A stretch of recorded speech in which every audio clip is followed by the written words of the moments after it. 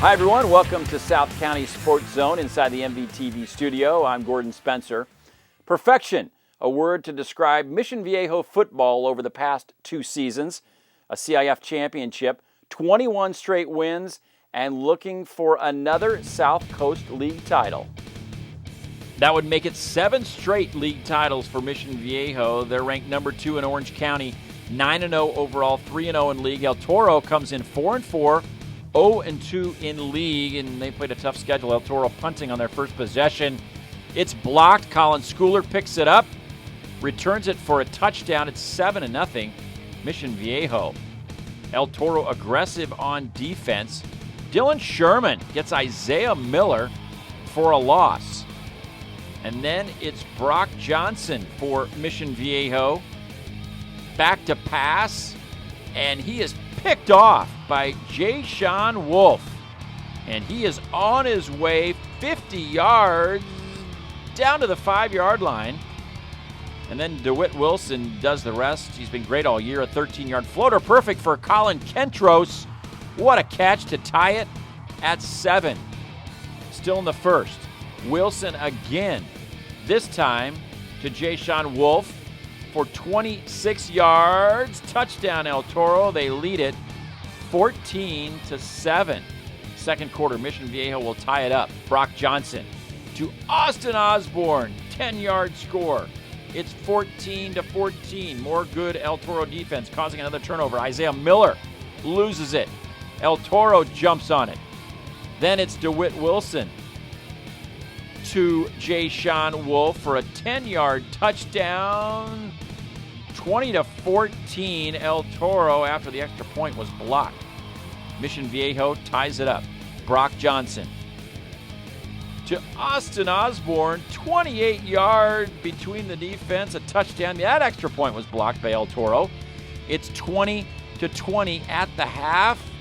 The band played on, and so did that Mission Viejo offense. Third quarter, Isaiah Miller doing it on the ground. Look at this 25-yard run for a touchdown. 26-20, Mission Viejo. Another extra point was blocked. Then it's Brock Johnson back and finding Colin Schooler. And Schooler, after the catch, making a couple of moves, going 66 yards. Austin Osborne giving him a big hug. 33-20, Mission Viejo. El Toro looking to close the gap. Wilson to Kentros, 4th and goal, broken up by Brendan Schooler, and that was it. 39-20, Mission Viejo, an undefeated season. Keys to the game were stopping draw, stopping screen, eliminating big plays on defense. Well, every team plays their best against us since we're number 1 and undefeated in the league, and everybody wants to beat Mission, but they played great first half, but you got to play 2 halves to beat us, and we just made adjustments and executed well. Not a whole lot. I'm really proud of them. I knew we'd play a better second half. We had to. We had our opportunities in the first half, but El Toro had nothing to lose, and they really played a good game. My hat's off to them. We ended up, 3 touchdown favor or win, I guess, but it wasn't really like that. It was a tighter game than that. It really was. They did a great job, and we were hit and miss. But, hey, listen, when you're 10-0 and you can't complain too much. I'm really happy with this team. I've liked them all season, and I still love them. What a team this season, that undefeated regular season, 10-0, 4-0 in the South Coast League. That's their 33rd straight South Coast League win. Brock Johnson, 234 yards, 3 touchdowns in the victory. CVU League football, number 10, San Clemente and Trabuco Hills. Trabuco Hills started 0-5. They've won 3 straight. This is a rematch of the Southwest Division Championship game from 2014. Trabuco Hills winning that title. First quarter, Trabuco Hills driving. Cooper Uhl letting it fly for Trabuco Hills. Picked off by Kevin Kling of San Clemente. San Clemente turns that into points. Vlad Zabiev, 28 yards, finding his way into the end zone. Extra point was missed. 6-0 San Clemente. Second quarter, San Clemente on the goal line, and Jack Sears pitches back to Brandon Reeves, a 3-yard score. San Clemente up 13-0. Just before half, it's San Clemente again.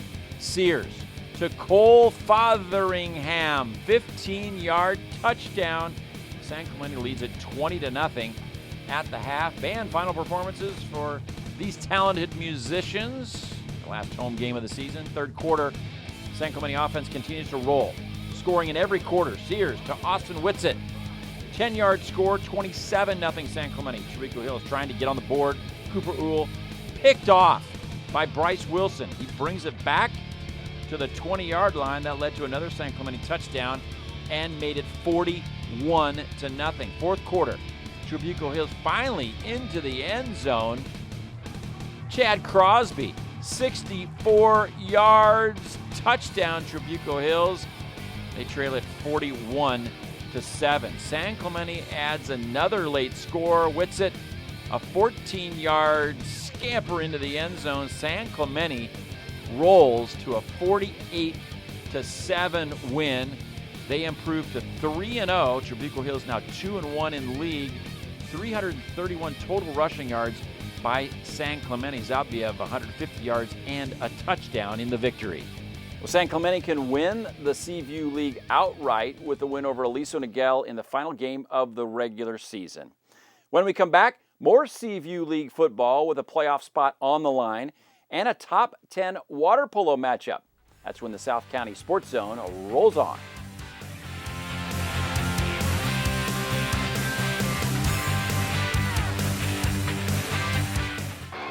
The greatest thrills and excitement are awaiting you right in your own backyard.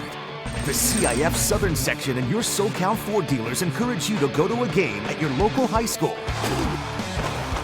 Unbelievable action is right in your community. You'll be amazed at what you've been missing. Supporting your local school has never been more fun. Go to a game this week.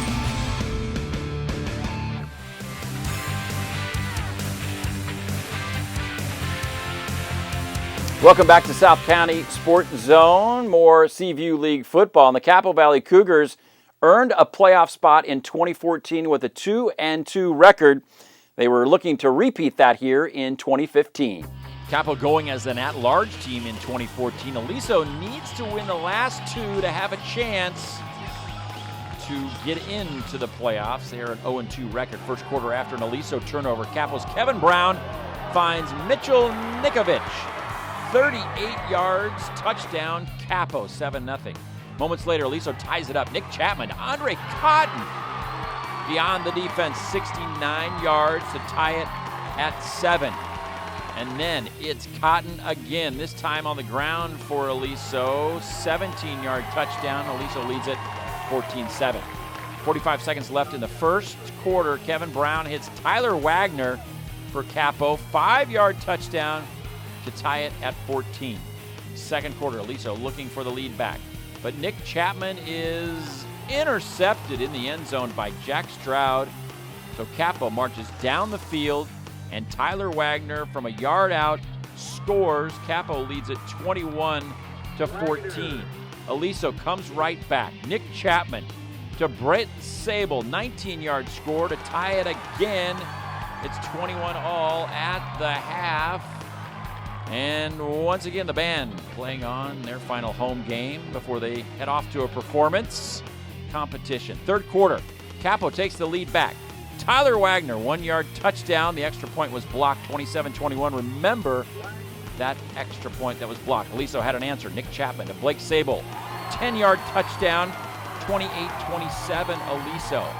Fourth quarter, for the biggest lead of this game, Chapman to Cotton with pressure in his face, and Cotton goes 28 yards into the end zone, 35-27 Aliso, and the Aliso crowd having a hard time keeping up, counting all those points. We're back and forth again. Then with 1:42 left, Capo drives the field. Wagner punches it in. Capo down 35-33.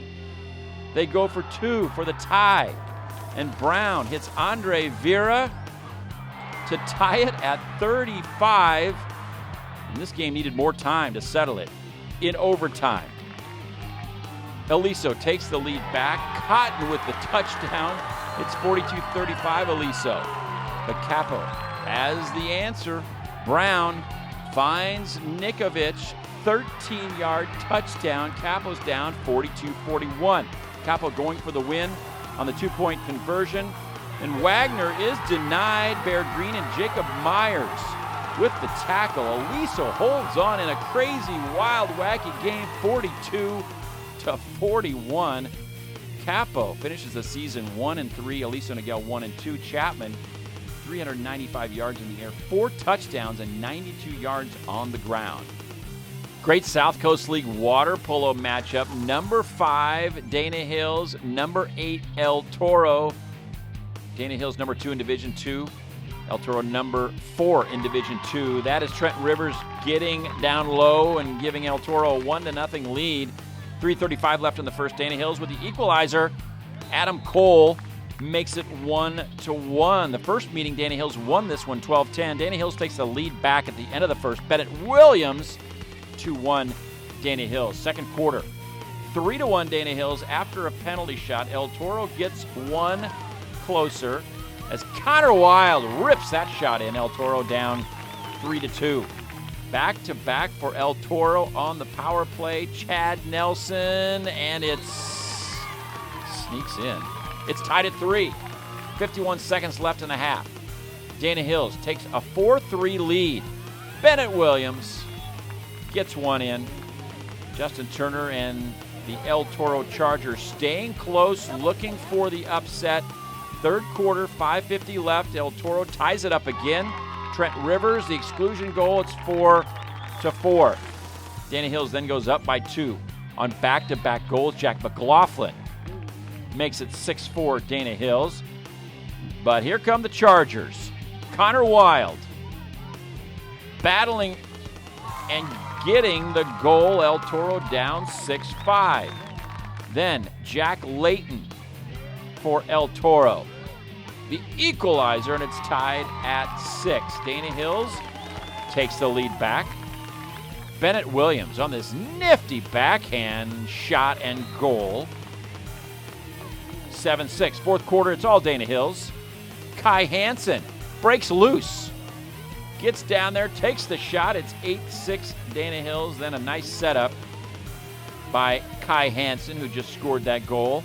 He finds Jack McLaughlin,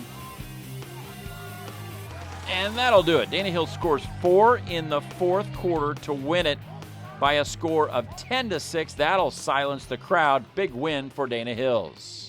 For sure. They were a little bit deflated the first game. Didn't have the movement. They had scouted us. Obviously, they had film on us. They knew exactly what we were going to do, and we knew exactly what they were going to do too, but they had more energy there at their home pool, and I knew they'd have more energy, and it was a fun game. You know, they came out, scored the first goal, and it was tight throughout until we got that lead in the fourth.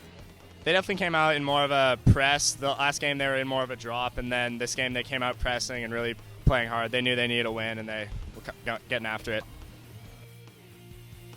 Once again, 10-6, the final. Bennett Williams, 6 goals for Dana Hills. The Dolphins getting their 23rd straight league victory. Well, Dana Hills is on an incredible league winning streak. They have not dropped a match in league since 2011. Both teams should make nice runs in the playoffs. Well, that's going to do it for us here at South County Sports Zone.